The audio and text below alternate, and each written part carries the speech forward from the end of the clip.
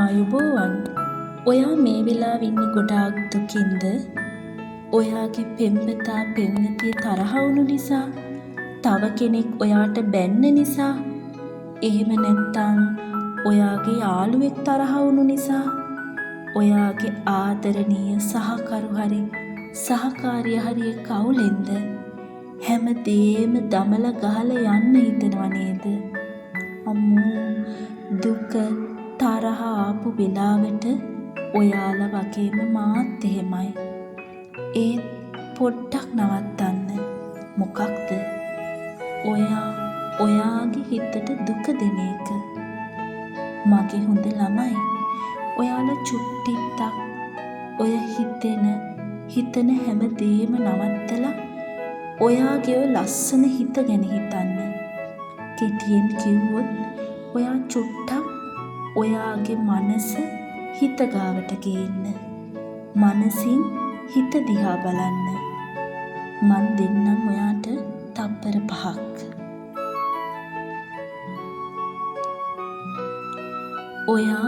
ඔයාගේ ඔය හිත ඔයාගේ අතේ තියාගෙන පුංචි දරුවෙක් ආදරෙන් පිරිමදිනවා වගේ ඔයාගේ හිතත් ආදරෙන් පිරිමදිනවා මනසින් දකින්න.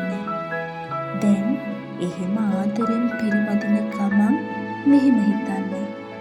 මගේ ආදරණීය හිත, ඇයි මං ඔයාට මෙහෙම රිද්දන්නේ? මේ අනුන් නිසා? අනුන් කියපු කරපු දෙයක් නිසා? මොකටද මම මගේ හිතට මෙච්චර දුක් දෙන්නේ? මෙච්චර වේදනාව දෙන්නේ? මේ බාහිර දේවල් නිසා? ඔයා නිවෙන්න මගේ ආදරණීය හිත. ඔයා සුවපත් වෙන්න. ඔයා නිවෙන්න. ඔන්න දැන් චුට්ටක් විතර ඔයාගේ හිත හැදිලා නේද?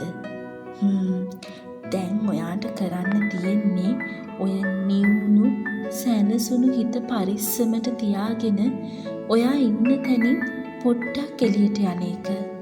ඔයා දැන් ටිකක් සංසුන්. ඔයාගේ මනස සංසුන්. දැන් බලන්න ඔයාට පේන හරියක ගහක් කොළක් තියනවාද කියලා. බලන්න ඒ ගස්වල කොළ හුළඟට වැනෙන අපූර්ව. ඔයාට ඇහෙන මානෙක කුරුළු හඬක් එහෙම තියෙනවද? ලේනික් කෑ ගහන හඬක්? අඩුම තරමේ කාක්කෙක් කාක් කියන හඬක්?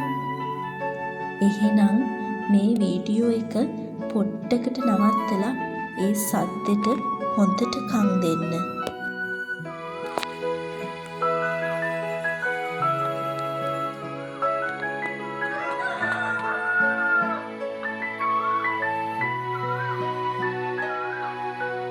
පේන මානෙක ගහක් කොළක් නැත්තම් අපි යන හැම තැනම තියෙන ලස්සන නිල් අහස දිහා බලන්න. සුදුම සුදු වලාකුළු පුළුම් වගේ අහස පැතිරිලා තියෙන දිහා බලන්න. අයියෝ, මේ වෙලාවේ වහිනවනේ. ඉතින් ඔයා වැස්ස දිහා බලන් ඉන්න. අහසින් පොළවට පුංචි වැහි බින්දු වැටෙන අපූර්ව. ඒව බිමට වැටිලා ගලාගෙන යන අපූර්ව. මේ අපූර්ව සෝභා දහමෙම කොටසක් වුණු අපි ඒව සේරම අමතක කරලා හැල්මෙදු වෙනවා. මේ අපූර්වත්වය අපට විඳින්න අමතක වෙලා. දැන් ඔයා නොදැනුවත්ව හරි ඔයාගේ හිත එකඟ කරගෙන මනස සංසුන් කරගෙන මන් දන්නවා දැන් ඔයා ටිකක් හරි සුවපත් වෙලා. එහෙම සුවපත් වුණා නම් මට කමෙන්ට් එකක් දාන්න. ඔයාට දුකක් වේදනාවක් දැනුණු හැම වෙලේම මේ විදිහට මාත් එක්ක කරන්න. ඔයා හැමදාම සතුටින් ඉන්න. ඔයාගේ හිත සුවපත් වේවා. ස්තුතියි.